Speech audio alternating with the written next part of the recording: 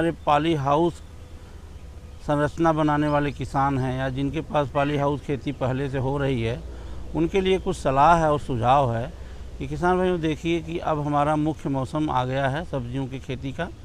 तो जो हमारे ग्रीन हाउस में सब्जियां लगती हैं वो मुख्य रूप से हैं अंग्रेजी खीरा है, रंगीन शिमला मिर्च हैं, चेरी टमाटर हैं और बड़ा वाला टमाटर हैं। इनकी खेती का हम प्रावधान रखते हैं और कुछ किसान भाई जहाँ तक मुझे उम्मीद है वो प्रारंभ भी कर चुके हैं।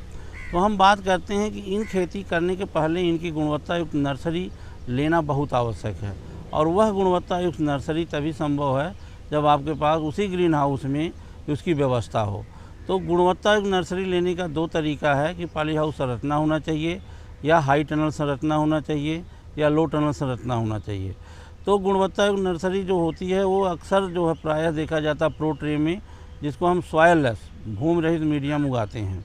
जैसा कि आपको चित्र में दिखाया भी जा रहा है कि सॉयल लेस मीडिया क्या है और प्रो ट्रे क्या है और ग्रीन हाउस में कैसे उगाया जा रहा है। तो चित्र के माध्यम से आप देखकर समझ सकते हैं।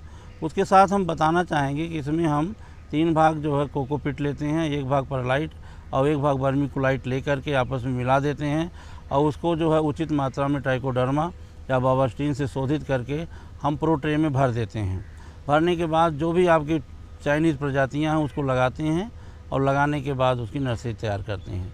क्योंकि संरचना के अंतर्गत होने के नाते इसमें वायरस नहीं आता, कीड़े मकोड़े नहीं आते और ये रोग रहित होता है। इसी को हम रोग रहित पौध को ही हम गुणवत्तायुक्त पौध कहते हैं।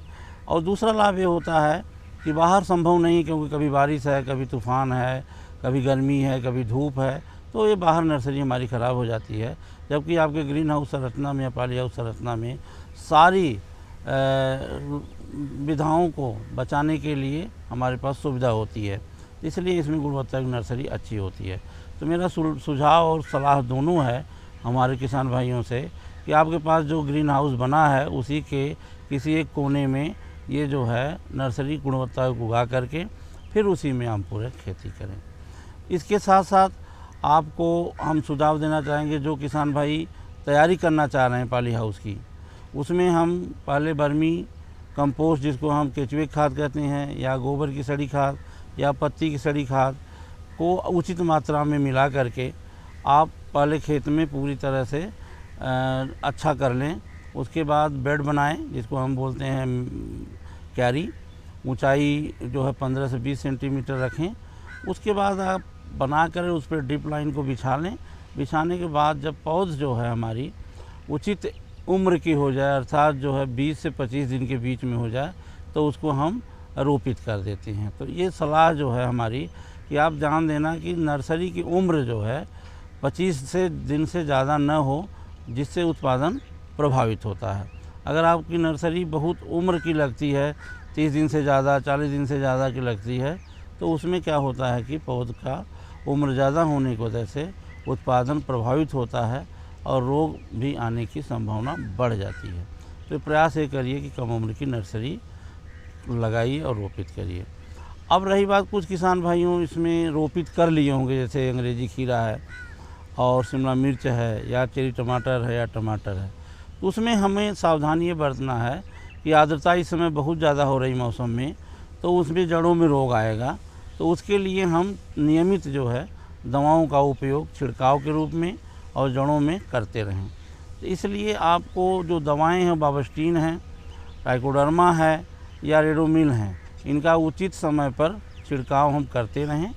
और दूसरा सुझाव ये है कि जिन पॉली हाउस में हम इन फसलों को लगाए हुए हैं, उन फसलों को बचाने के लिए चारों तरफ से पर्दा जो लगा हुआ होता है उठा दें, दिन रात खुला रहने दें।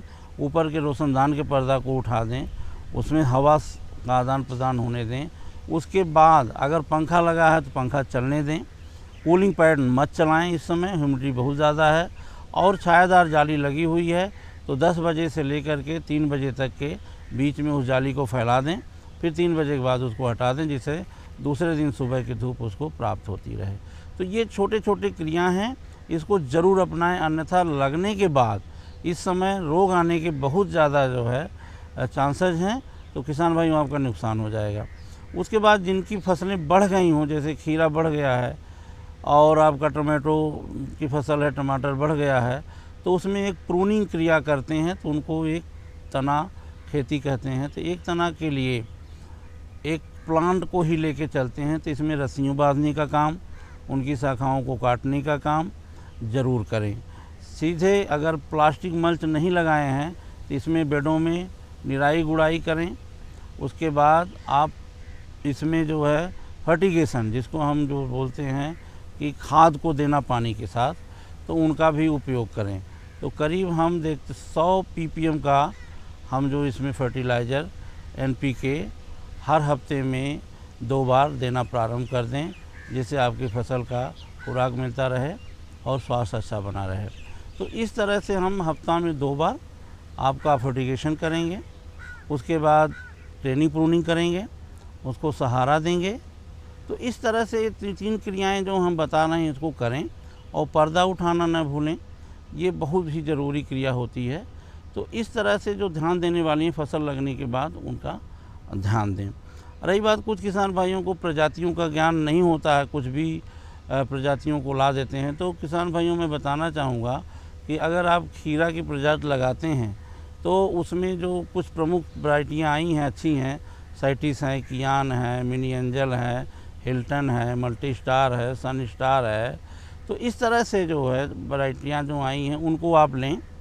दूसरा, अगर हम टमाटर की बात करें तो टमाटर में GH 600 है, ID 32 है, ID 37 है।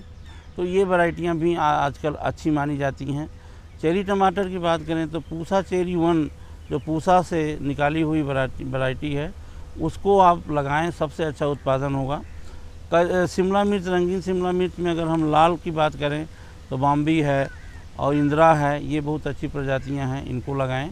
और पीली में सोना है, नताशा है और जो है आशा है, ये जो वैरायटियां हैं इसको आप अगर लगाते हैं तो पीले रंगों में इसको अच्छा है, जिसमें सबसे बढ़िया हमें सोना और ओलो वैली अच्छा परफॉर्मेंस करती मिलती हैं।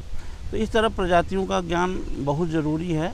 अगर किसान भाई जो भी सुन रहे हैं, जो पॉली हाउस के किसान हैं, इन प्रजातियों के अलावा भी कुछ प्रजातियां अच्छी कंपनियों की आई हैं, उसको ले सकते हैं और उनका रोपण अब किसी कीमत पे अगस्त में कर दें। तो इस तरह से अगर ये तो रहा सुझाव, सलाह और कैसे करें, सावधानियां बरतें, जिससे हमारी फसल गुणवत्तायुक्त, रोग मुक्त होती रहे। अब रही बात, इसमें कुछ किसान भाई जानना चाहेंगे कि इसमें सब्सिडी प्लान क्या है, सरकार की प्लान क्या है। तो हम बताना चाहेंगे कि हमारे जो है माननीय प्रधानमंत्री जी आजकल इजरायली तकनीक को ज़्यादा बढ़ावा देने का प्रयास कर रहे हैं, जिसमें टपक सिंचाई है और आपका वाटर हार्वेस्टिंग टैंक है, पॉली हाउस खेती है। तो ये ऐसी खेती है कि जिसको बढ़ावा देने के लिए सरकार के द्वारा करीब 50 से 60% की छूट दी जा रही है और राज्य सरकारों द्वारा भी इसमें 20 से 25% की छूट दी जा रही है।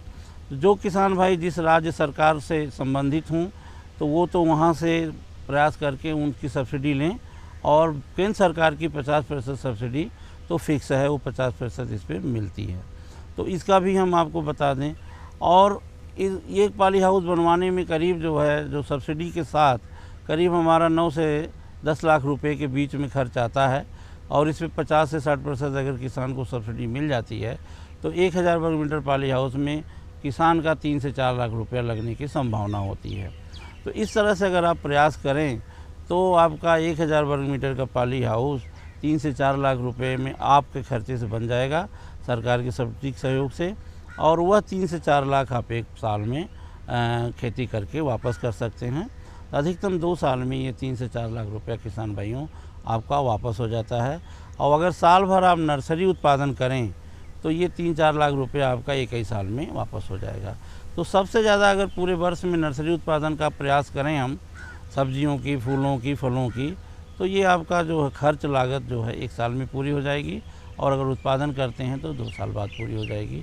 तो मोटा मोटा ये सूचना थी किसान भाइयों को।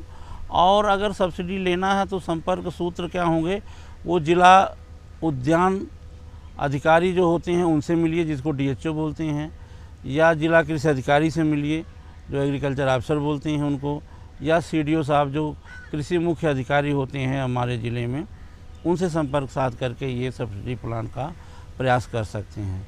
उसके पास जो किसान भाई अपने जो है राजधानी के नज़दीक हैं, अपने जो मुख्यालय के नज़दीक हैं, वहाँ डायरेक्टर हार्टिकल्चर बैठते हैं, उनसे संपर्क करके इसका सब्सिडी का लाभ ले सकते हैं। या जो किसान भाई दिल्ली के नज़दीक हैं, गुड़गांव के नज़दीक हैं, तो वहाँ NHB में जो MD बैठते हैं, MD NHB, उनसे संपर्क करके ले सकते हैं। या हमारे कृषि मंत्रालय में जो हार्टिकल्चर विभाग है, उसके कमिश्नर हार्टिकल्चर से संपर्क साध करके सब्सिडी की बात करके उनसे ले सकते हैं।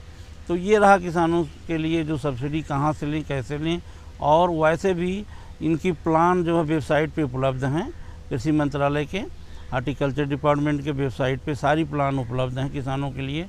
तो जो किसान भाई पढ़े लिखे हैं वो वेबसाइट के माध्यम से इसकी जानकारी ले सकते हैं। तो संरक्षित खेती, पॉली हाउस खेती, जो हमारे माननीय प्रधानमंत्री का सपना है कि कम से कम पानी में अधिक से अधिक जो है उत्पादन हो, यानी 1 ड्रॉप मोर क्रॉप, उस पूरे उद्देश्य को पूरा करती है। जल संचय को उद्देश्य को पूरा करती है, क्लाइमेट चेंज के उद्देश्य को पूरा करती है और रोज़गार देने के उद्देश्य को पूरा करती है।